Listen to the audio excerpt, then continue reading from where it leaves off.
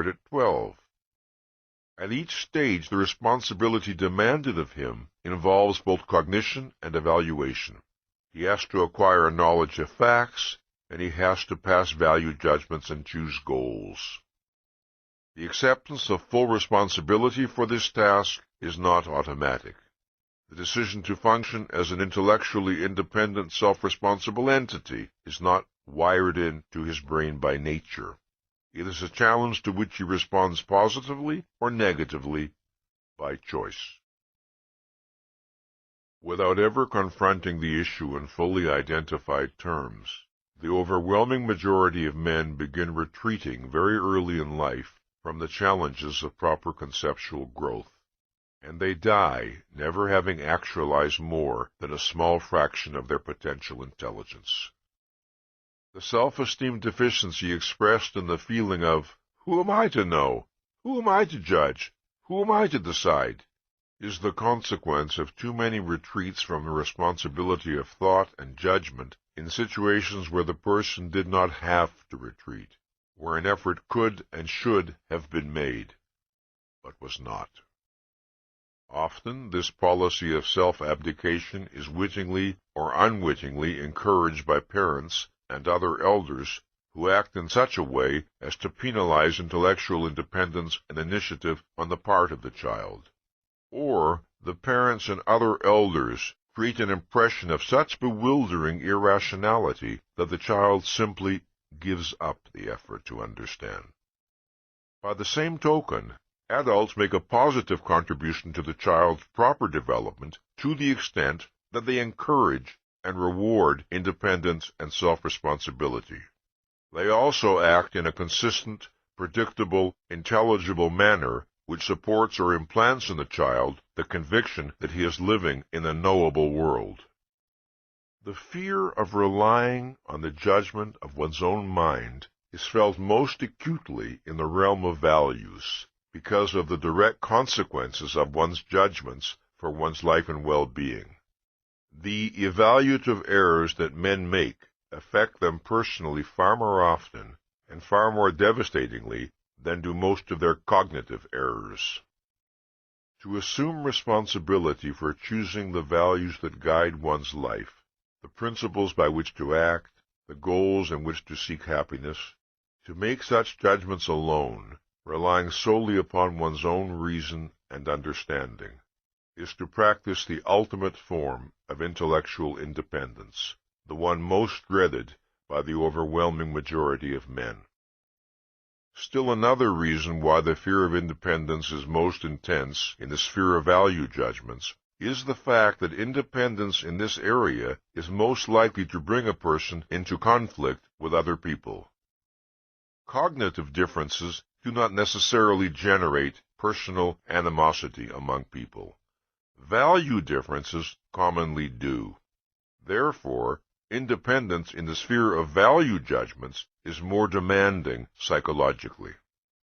Since a social form of existence is proper to man, since he has many benefits to derive from living among and dealing with his fellow men, it should be recognized that the desire to have a harmonious relationship with his fellow men is a reasonable one. It becomes unreasonable only if and when a man subordinates his mind and judgment to that desire. In other words, if he places that desire above his perception of reality. For some persons who dread intellectual self-reliance, there is still another motive involved. The process of rational thought and judgment is necessarily a process that a man performs alone. Men can learn from one another, but they cannot share the act of thinking. It is a solitary process, not a social one. There are men who dread independent thought and judgment precisely for this reason. It makes them aware of their separateness as living entities. It makes them aware of the responsibility they must bear for their own existence. It forces them to face their own being, and thus to confront the terror of their own state of non-being. To think, to judge, to choose one's values, is to be individuated, to create a distinct, personal identity. But there are many people who, in their deepest emotions, do not want personal identity. however much they may scream to their psychiatrists that they are tormented by a sense of inner emptiness.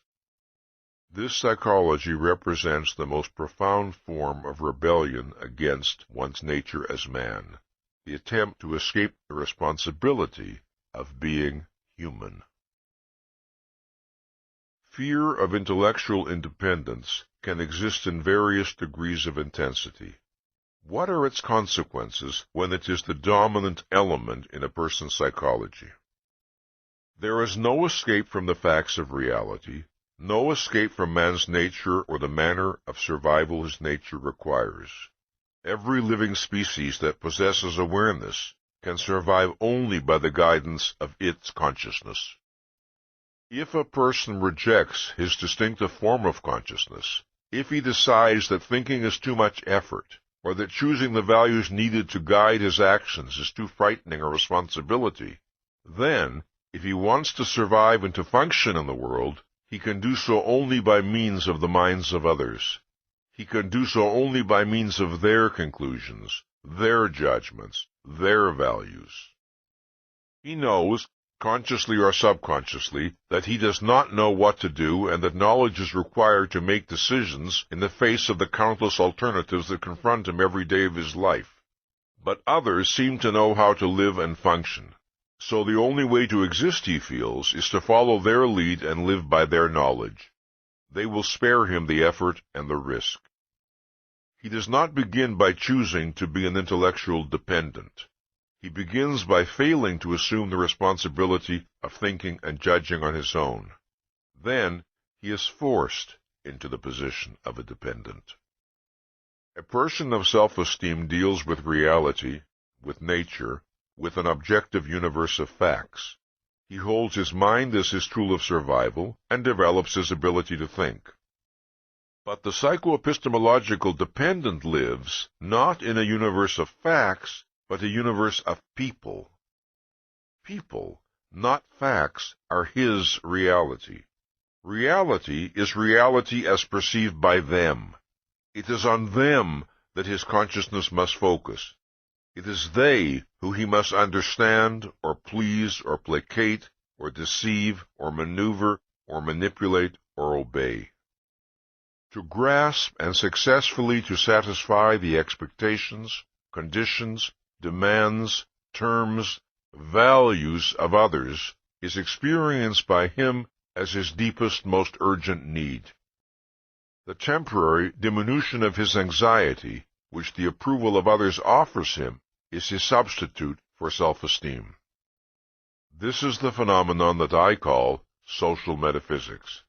Remember that metaphysics is one's view of the nature of reality. To the psychoepistemological dependent, reality is people. In his thinking, people occupy the place which, in the mind of a rational person, is occupied by reality. Social metaphysics, then, is the psychological syndrome that characterizes a person who holds the minds of other people, not objective reality, as his ultimate frame of reference. Since the social metaphysician's pseudo-self-esteem rests on his ability to deal with the world as perceived by others, his fear of disapproval or condemnation is the fear of being pronounced inadequate to reality, unfit for existence, devoid of personal worth. In order to belong with others, the social metaphysician is willing to belong to them. Since, however, he is seeking a manner of survival improper to man by nature, he condemns himself to chronic insecurity and to a fear of other men that is profoundly humiliating. The nature of his humiliation and fear, however, are seldom identified by him, because he would find it too degrading. Most often he seeks to protect his pseudo-self-esteem by evading the humiliation and rationalizing the fear.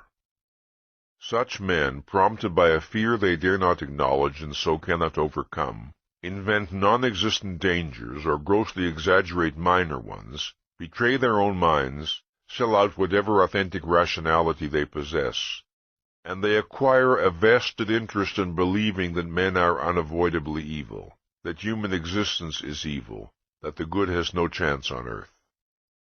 Consider the case of a successful playwright who selects some important theme as the subject of a play, a theme deserving a serious, dramatic presentation, and then realizes that his viewpoint will antagonize a great many people. He decides, therefore, to write the play as a comedy, making good-natured fun of the things he regards as evil, counting on his humor to prevent anyone from taking his view seriously and being offended or antagonized.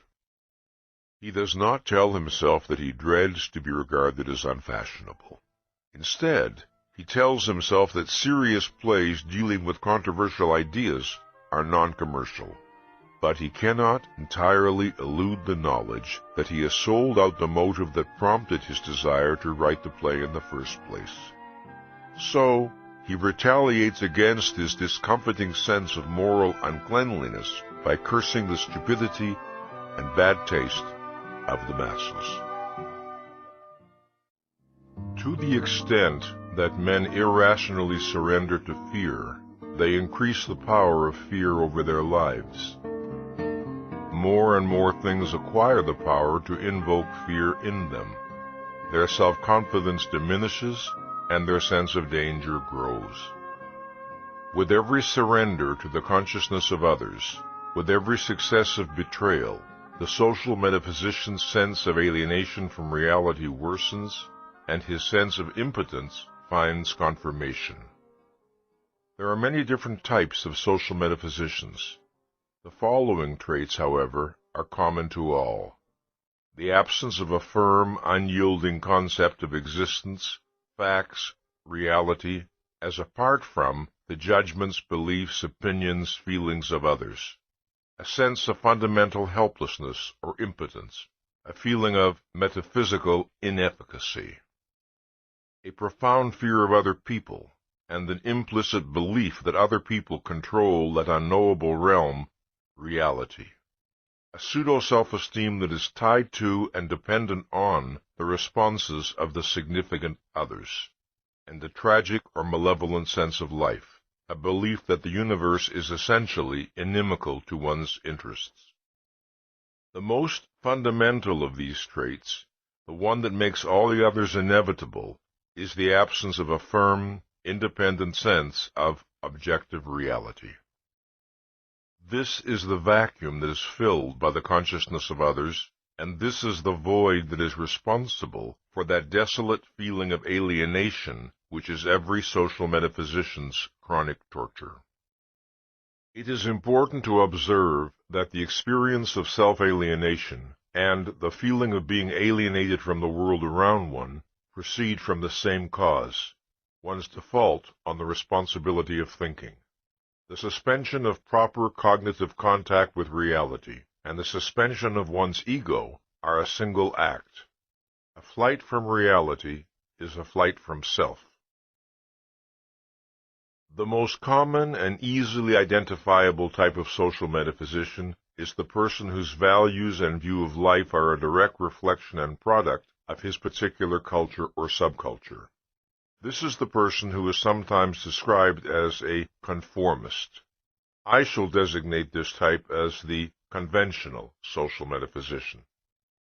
This is the person who accepts the world and its prevailing values ready-made. His is not to reason why. What is true? What others say is true. What is right? What others believe is right. How should one live? As others live. Why does one work for a living? Because one is supposed to. Why does one get married? Because one is supposed to. Why does one have children? Because one is supposed to. Why does one go to church? Oh, please don't start discussing religion. You might offend someone. This is the person for whom reality is the world as interpreted by the significant others of his social environment. This is the person whose sense of identity and personal worth is a function of his ability to satisfy the values, terms, and expectations of others as he imagines them. This is the type of man without whom no dictatorship could establish itself or remain in existence. He is the man who, in response to advanced signs of danger, closes his eyes. This, lest he be compelled to pass independent value judgments, and to recognize that his world is not safe, that action and protest are demanded of him, that the policies and goals of his leaders are evil, and that the significant others are wrong. In the midst of atrocities, he tells himself that the authorities must have their reasons, in order to escape the terror of knowing to whom and to what he has surrendered his existence. It is this same man who, usually when it is too late, will sometimes rebel in hysterical indignation when the atrocities have come too close and cannot be evaded any longer. And this same man may die senselessly in ineffectual protest, screaming at the malevolent omnipotence of the enemy and wondering who or what had made the enemy's power possible. The conventional type is the most blatant and uncomplicated species of social metaphysician. He represents the paradigm case, so to speak, the basic pattern that serves as a reference point with regard to which other species of social metaphysicians may be understood. Another type of social metaphysician is the power seeker. In this type, fear of others is especially pronounced. He finds his fear intolerable, and his reaction is an overriding emotion of hatred. The hatred is aimed at those who invoke his fear. Resentment and hostility are his dominant emotional traits. The power-seeking social metaphysician feels too unsure of his ability to gain the love and approval he desires.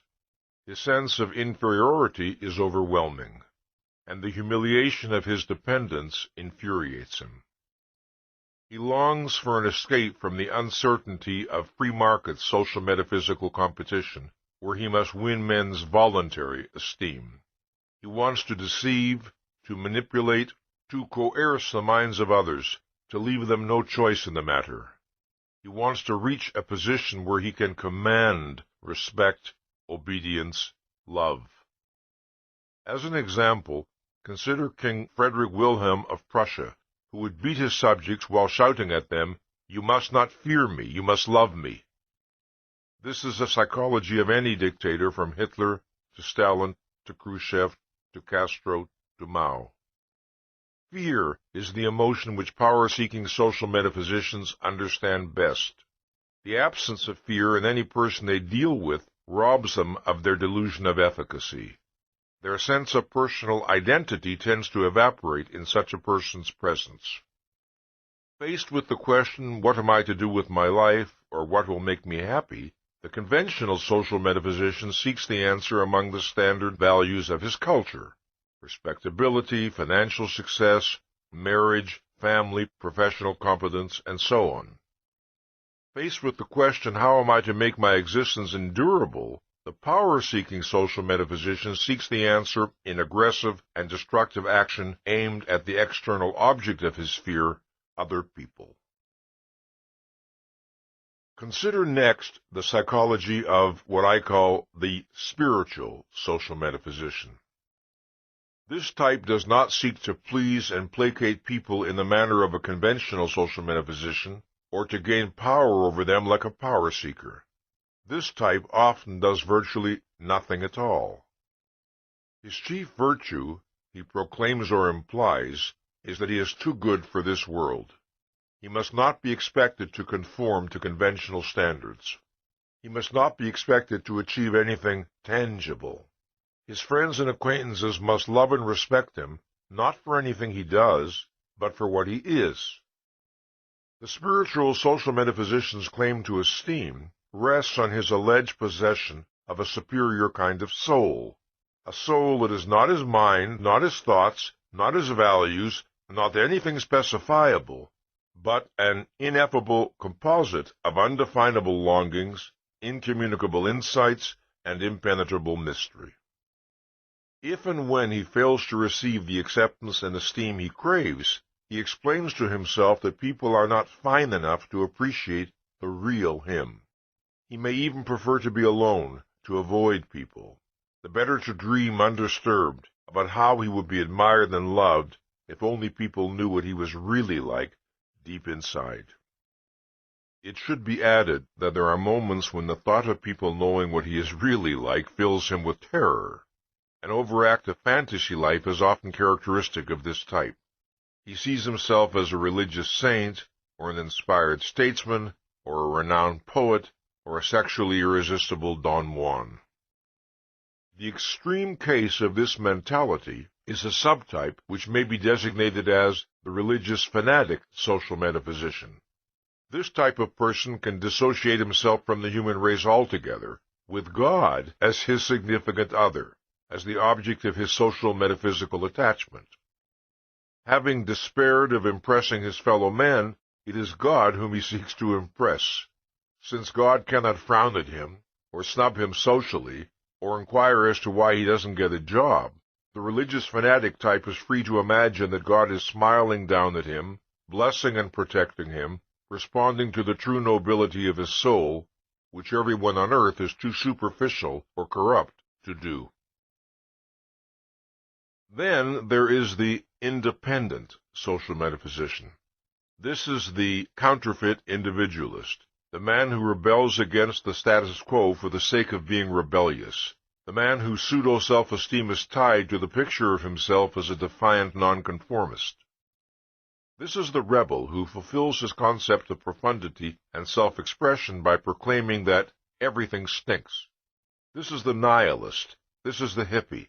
This is the quote-unquote individualist who proves it by scorning money, marriage, jobs, baths, and haircuts. Overwhelmed by feelings of inadequacy in relation to the conventional standards of his culture, this type of person retaliates with the formula, whatever is wrong. Overwhelmed by the belief that no one can possibly like or accept him, he goes out of his way to insult people, lest they imagine that he desires their approval. Overwhelmed with humiliation at feeling himself an outcast, he struggles to conquer his sense of non-identity by maintaining that to be an outcast is proof of one's superiority. While he may profess devotion to some particular idea or goal, his primary motivation is negative rather than positive. He is against rather than for. He does not originate or struggle for positive values of his own. He merely rebels against the values and standards of others. This, as if the absence of passive conformity, rather than the presence of independent rational judgment, were the hallmark of self-reliance and spiritual sovereignty. It is by means of this delusion that he seeks to escape the fact of his inner emptiness. There is, finally, a type of social metaphysician that differs in important respects from all the foregoing varieties I have described. I call this type the ambivalent social metaphysician. This is the person who has still preserved a significant degree of intellectual sovereignty. The ambivalent type seldom dares to question the fundamental values of his social environment, but he is often indifferent to these values, paying them only perfunctory respect. In the areas of life to which these values pertain, he does not assert counter-values of his own. He merely withdraws, surrendering those aspects of reality to others. He tends to restrict his activity and concern to the sphere of his work, where his self-reliance and sovereignty are greatest. His superiority to other social metaphysicians is evidenced not only by his greater independence, but also by his desire to earn the esteem he longs for, by his relative inability to find real pleasure in an admiration not based on standards he can respect, and by his tortured disgust at his own fear of the disapproval of others. Among this type one will find men of distinguished achievements and outstanding creative originality, men whose treason and tragedy lie in the contrast between their private lives and their lives as creators.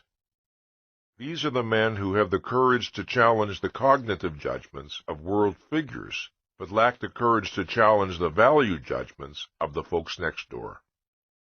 It must be understood that none of the social metaphysical types I have described are intended to represent mutually exclusive categories. Any particular social metaphysician may possess characteristics of several types. The purpose of such a typological description is to isolate certain dominant trends among social metaphysicians. The forms that social metaphysics can take are virtually unlimited, but if one grasps the principles involved, one will be better able to understand the appalling consequences to which such social metaphysics leads. It has been barely possible here to hint at those consequences. The full story cannot be told in so brief a discussion, but it is written in blood across the pages of history. Now, let's examine the psychology of sex and romantic love and their relationship to self-esteem. The two sources of greatest potential happiness for human beings are productive work and romantic love. Through the productive use of his mind, man gains control over his existence and experiences the pleasure and pride of efficacy. Through romantic love, man gains the ultimate emotional reward of his efficacy and worth, not merely as a producer, but as a person, the reward and celebration of himself and of what he has made of himself, that is, of the kind of character and soul he has created. The experience of romantic love answers a profound psychological need in people, but the nature of that need cannot be understood apart from an understanding of a wider need. That is, man's need of human companionship, of human beings he can respect, admire, and value, and with whom he can interact intellectually and emotionally. Everyone is aware of the desire for companionship, for someone to talk to be with, to feel understood by, to share important experiences with, the desire for emotional closeness with another human being. What is the nature of the psychological need that generates this desire? I shall begin by giving an account of two events that were crucial in leading me to the answer, because I believe this will help you to understand the issues involved. One afternoon, while sitting alone in my living room, I found myself contemplating with pleasure a large philodendron plant standing against a wall. It suddenly occurred to me to ask, what is the nature of this pleasure? What is its cause? Essential to my enjoyment was the knowledge that the plant was healthfully and glowingly alive. There was the feeling of a bond, almost a kind of kinship, between the plant and me. In the midst of inanimate objects, we were united in the fact of possessing life. Suppose, I thought, one were on a dead planet where one had every material provision to ensure survival, but where nothing was alive. Then suppose one came upon a living plant. Surely one would greet the sight with eagerness and pleasure. Why? Because, I realized, all life by its very nature entails a struggle, and struggle entails the possibility of defeat. Man finds pleasure in seeing concrete instances of successful life, as confirmation of his knowledge that successful life is possible. It is, in effect, a metaphysical experience. If such is the value that a plant can offer to man, I wondered, then cannot the sight of another human being offer man a much more intense form of that experience? The next crucial step in my thinking occurred on an afternoon when I sat on the floor playing with my dog, a wire-haired fox terrier named Mutnik. We were boxing with each other in mock ferociousness. What I found delightful and fascinating was the extent to which Mutnik appeared to grasp the playfulness of my intention. She was snarling and snapping and striking back, while being unfailingly gentle in a manner that projected total, fearless trust. The event was not unusual. It is one with which most dog owners are familiar. But a question suddenly occurred to me. Why am I having such an enjoyable time? What is the nature and source of my pleasure? Part of my response, I recognized, was simply the pleasure of watching the healthy self-assertiveness of a living entity. But the essential factor causing my response pertained to the interaction between the dog and myself, the sense of interacting and communicating with a living consciousness. Suppose I were to view Mutnik as an automaton without consciousness or awareness, and to view her actions and responses as entirely mechanical. Then my enjoyment would vanish. The factor of consciousness was of primary importance. Then I thought, suppose I were left on an uninhabited island. Would not the presence of Mutnik be an enormous value to me? Obviously it would. Because she could make a practical contribution to my physical survival? Obviously not. Then what value did she have to offer? Companionship. A conscious entity with whom to interact and communicate as I was doing now. But why is that a value? The answer to this question, I realize, would explain much more than the attachment to a pet. Involved in this issue is the psychological principle that underlies man's desire for human companionship. It is the principle that would explain why a conscious entity seeks out and values other conscious entities, why consciousness is of value to consciousness. When I identified the answer, I called it the Mutnik principle, because of the circumstances under which it was discovered. Now let us consider the nature of this principle. My feeling of pleasure in playing with Mutnik contained a particular kind of self-awareness. The self-awareness came from the nature of the feedback Mutnik was providing. From the moment I began to playfully box, she responded in an equally playful manner. She conveyed no sign of feeling threatened. She projected an attitude of trust and pleasurable excitement. The effect of Mutnik's behavior was to make me feel seen, to make me feel psychologically visible. Mutnik was responding to me not as to a mechanical object, but as to a person. What is significant is that Mutnik was responding to me as a person in a way that I regarded as objectively appropriate. Had she responded with fear and an attitude of cowering, I would have experienced myself as being misperceived by her and would not have felt pleasure. Now, why does man find pleasure in the experience of self-awareness and psychological visibility that the appropriate feedback from another consciousness can evoke? Consider the fact that normally man experiences himself as a process, in that consciousness itself is a process, and the contents of man's mind are a shifting flow of perceptions, thoughts, and emotions. His own mind is not an unmoving entity which man can contemplate objectively, as he contemplates objects in the external world. He has, of course, a sense of himself, of his own identity, but it is experienced more as a feeling than a thought, a feeling which is very diffuse, which is interwoven with all his other feelings, and which is very hard, if not impossible, to isolate and consider by itself. His self-concept is not a single concept, actually, but a cluster of images and abstract perspectives on his various real or imagined traits and characteristics, the sum total of which can never be held in focal awareness at any one time. That sum is experienced, but it is not perceived as such. When a man stands before a mirror, he is able to perceive his own face as an object in reality, and he finds pleasure in doing so, in contemplating the physical entity who is himself. There is a value in being able to look and think, "That's me." Is there a mirror in which man can perceive his psychological self, in which, in effect, he can perceive his own soul? Yes. The mirror is another consciousness. Man is able alone to know himself conceptually. What another consciousness can offer is the opportunity for man to experience himself perceptually. To a very small extent, that was the opportunity afforded me by Mutnik.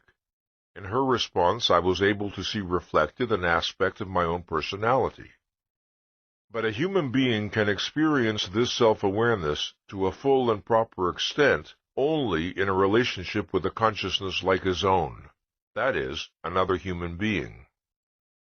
Just as there are many different aspects of a man's personality and inner life, so a man may feel visible in different respects in different human relationships.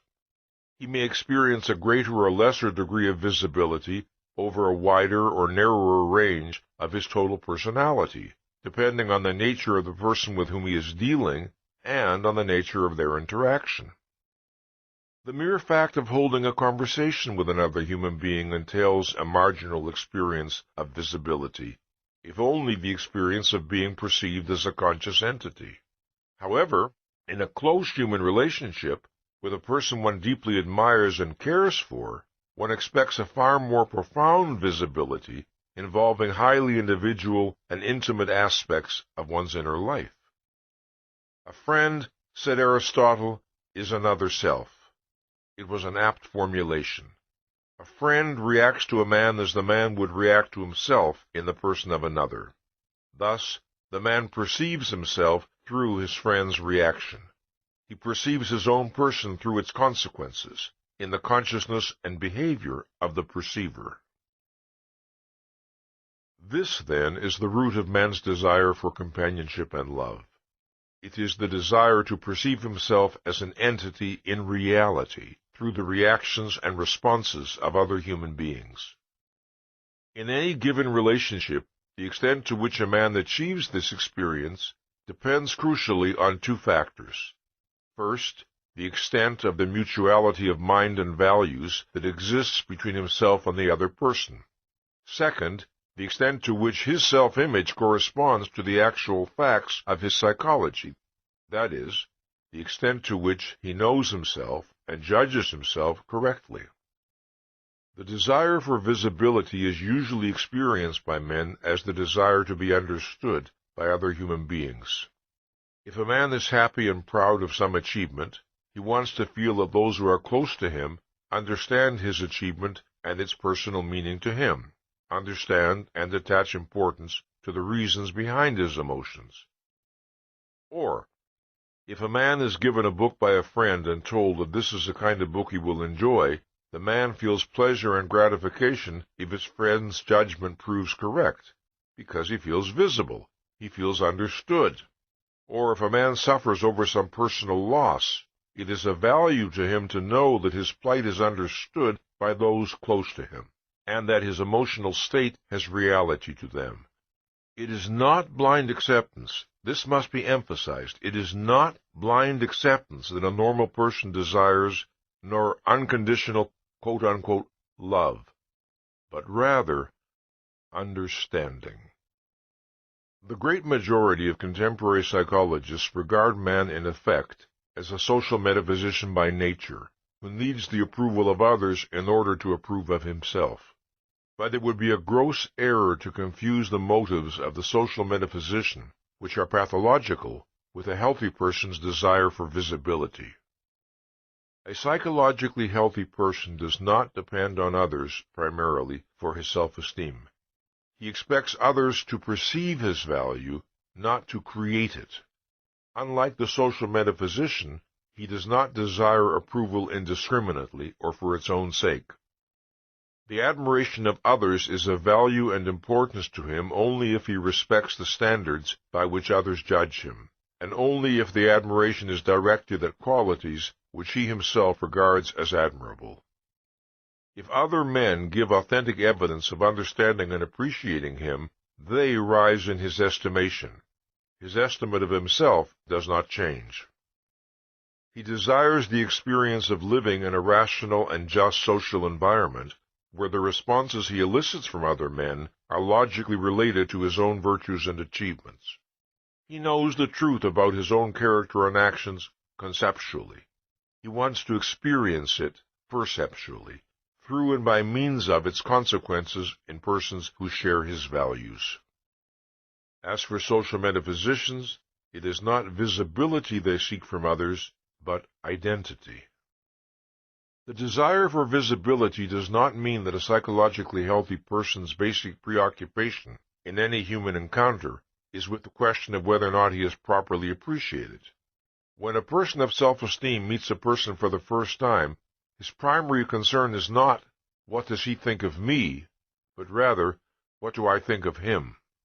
His primary concern necessarily is with his own judgment and evaluation of the facts that confront him. Entailed by man's desire to see his values objectified in reality is the desire to see his own values embodied in the persons of others, to see human beings who face life as he faces it.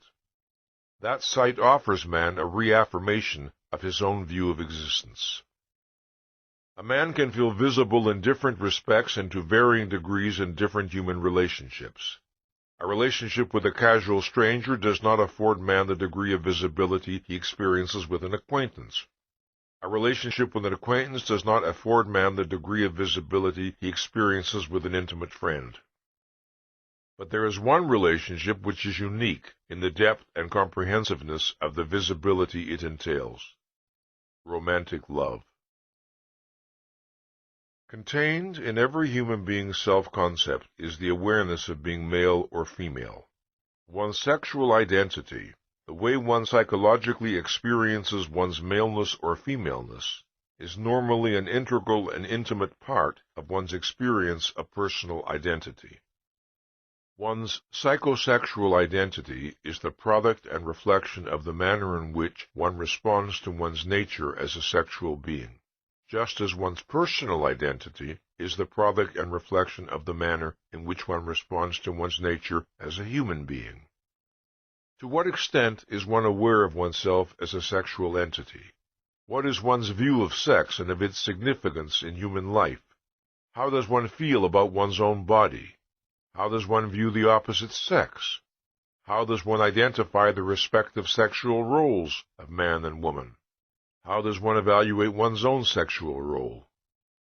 It is his answers to such questions that determine a human being's sexual psychology. The single most pertinent factor in determining a person's sexual attitudes is the general level of his self-esteem.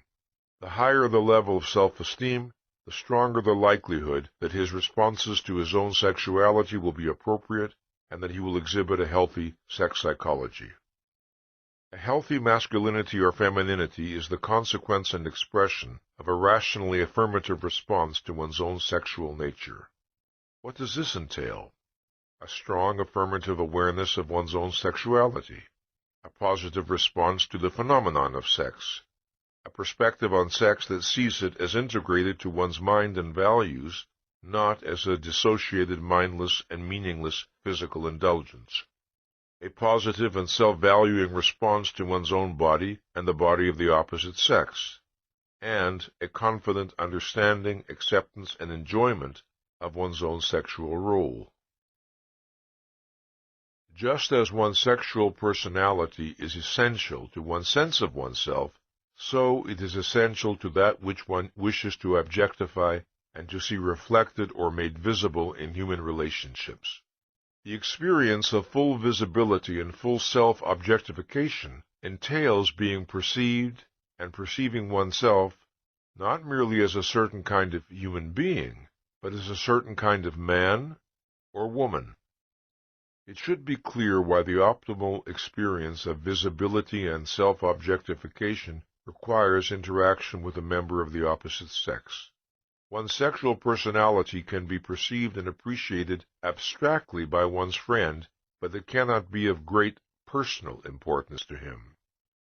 A member of the opposite sex, with whom one enjoys a strong mutuality of mind and values, is capable of perceiving and personally responding to one in both areas.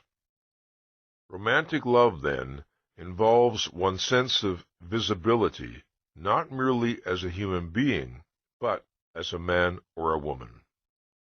I want to stress that this experience of full visibility exists only as a potential in relation to the opposite sex, not as an automatic actuality. Whether or not a man and woman of the same basic values and sense of life will respond fully and personally to each other depends on many factors.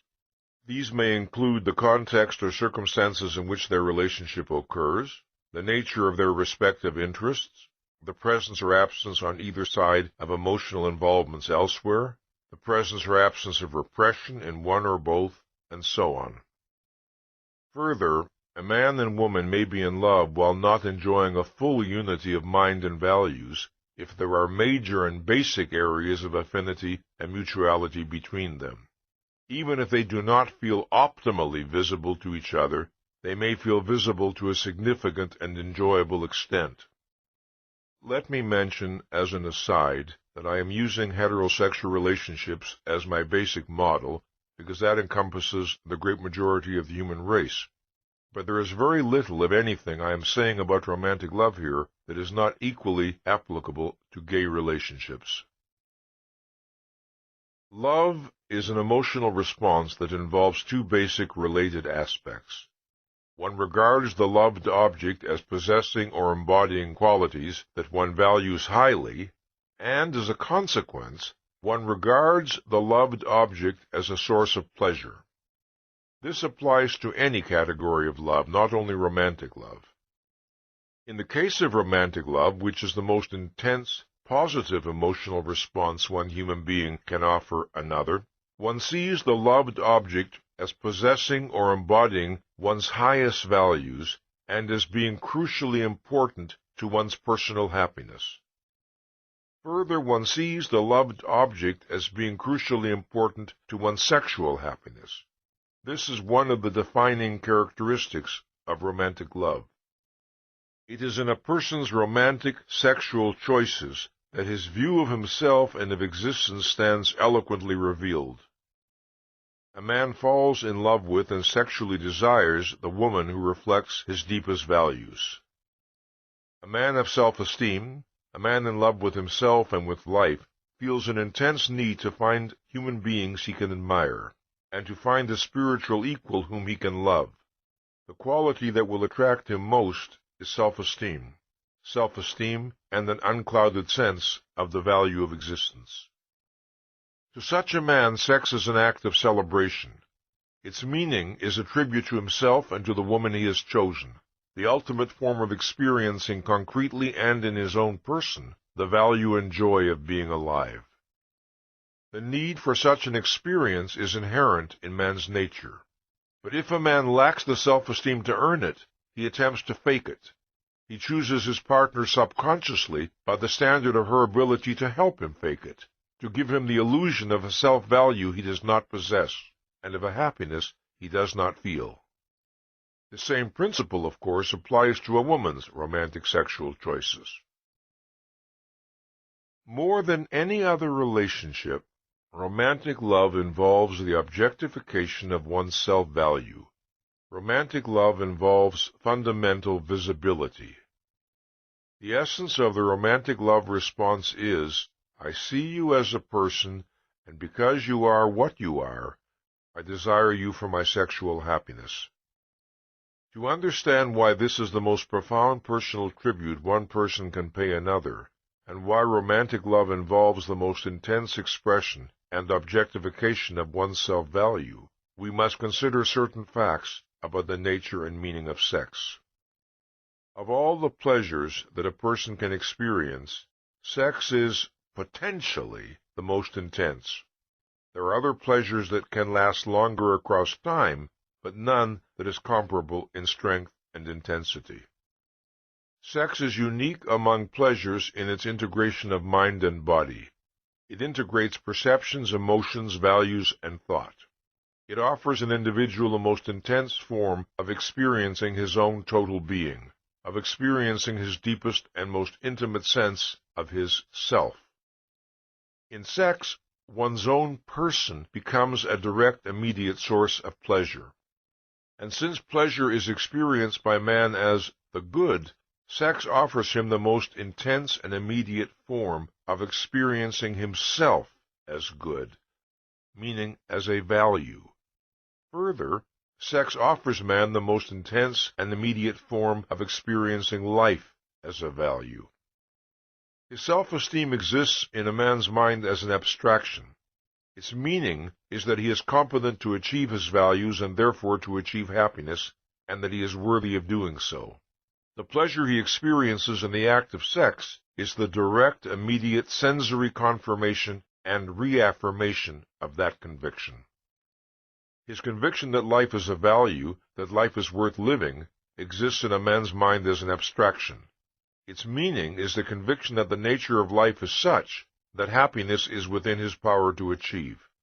The pleasure he experiences in the act of sex is the confirmation and reaffirmation of that conviction.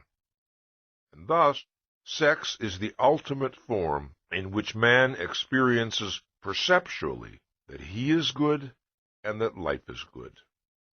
Sex affords an individual a most intensely pleasurable form of self-awareness.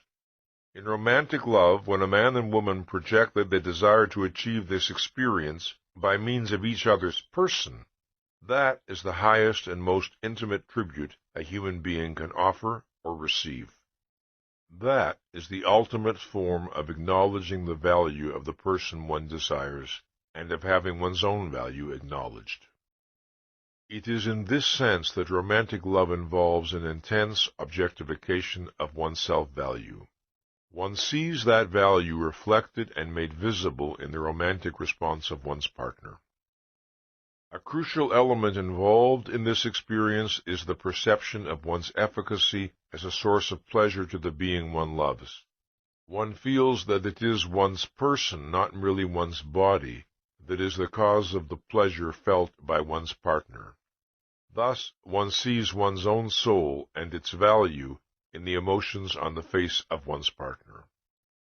If in sex one desires the freedom to be spontaneous, to be emotionally open and uninhibited, to assert one's right to pleasure, and to flaunt one's pleasure in oneself, then the person one most desires is a person with whom one feels freest to be oneself. The person one most desires is the person whom one regards as one's proper psychological mirror, the person who reflects one's deepest view of oneself and of life. That is the person who will allow one to experience optimally the things one wishes to experience in the realm of sex. Most people experience great difficulty in identifying the cause of their romantic sexual choices, not only because most people are poor introspectors, but also because the factors that bring about a romantic attraction between two individuals are enormously complex. I spoke of a mutuality of mind and values, but that's a very wide abstraction. What more specifically does it entail? To answer that question, we must consider a concept that is basic to an understanding of romantic love, the concept of sense of life. A sense of life is the emotional form in which a person experiences his deepest view of existence and of his own relationship to existence. It is the subconsciously integrated sum of a person's broadest and deepest conclusions about the world, about life, and about himself. The formulation of a sense of life begins in early childhood, long before the child is able to think about the world and himself in philosophical terms. The conscious philosophical convictions he acquires later may or may not be in accord with his sense of life. This depends on such factors as how rational he is, how conceptually reflective about his own life, and how well integrated psychologically. In the course of his development from childhood, a human being encounters certain fundamental facts of reality, facts about the nature of existence and the nature of man, to which he can respond in a variety of ways and with varying degrees of rationality and realism. It is the cumulative sum of these responses that constitutes a person's distinctive sense of life. For example, it is an inescapable fact of reality that thinking is a necessity of man's existence, that man requires knowledge, and that the acquisition of knowledge requires the effort of conceptual thought. The position a young person takes on this issue is not arrived at by explicit decision, nor by a single choice. It is arrived at by the cumulative implication of a long series of choices and responses in the face of specific situations involving the need to think. A young person may respond positively and healthily, learning to take an active pleasure in the exercise of his mind, or he may approach intellectual effort grudgingly and dutifully, viewing it in effect as a necessary evil. Or he may regard intellectual effort with lethargic resentment or fear, viewing it as an unfair burden and imposition, and determined to avoid it whenever possible. What gradually forms and hardens in his psychology is a trend, a policy, a habit, a position or premise by implication. It is in this manner that all sense-of-life attitudes are formed. The cumulative result of such responses is a generalized feeling about oneself, about existence, and about one's relationship to existence. A person's sense of life can reflect an unbreached self-esteem and an undiluted sense of the value of existence, the conviction that the universe is open to the efficacy of one's thought and effort, or it can reflect the torture of self-doubt and the anxiety of feeling that one lives in a universe which is both unintelligible and hostile. It can reflect a view of life as exaltation, or a view of life as tragic doom, a view of life as adventure, or a view of life as frustration, a view of life as beauty, or a view of life as sordid senselessness. It can embody eagerness and self-confidence, or self-loathing and embittered resentment, or muted wistful longing, or anguished tragic defiance, or gentle uncomplaining resignation, or aggressive impotence. A person's sense of life is of crucial importance in the formation of his basic values, since all value choices rest on an implicit view of the being who values, and of the world in which he must act. A person's sense of life underlies all his other feelings, all his emotional responses. It is like the leitmotif of his soul, the basic theme of his personality. This is especially evident in the sphere of his romantic sexual responses. Just as one's own sense of life can be very difficult to isolate and identify conceptually, so it is very difficult to isolate and identify the sense of life of another human being. However, in romantic relationships, the affirmative response of each party to the sense of life of the other is crucial to the experience of love and to the projection of mutual visibility. There are many ways in which a sense of life affinity is communicated, but perhaps the rarest is by explicit conceptual statement. Two people discover their affinity by learning of each other's values and disvalues, and by such means as observing each other's manner of talking, of smiling, of standing, of moving, of expressing emotions, of reacting to events, and so on.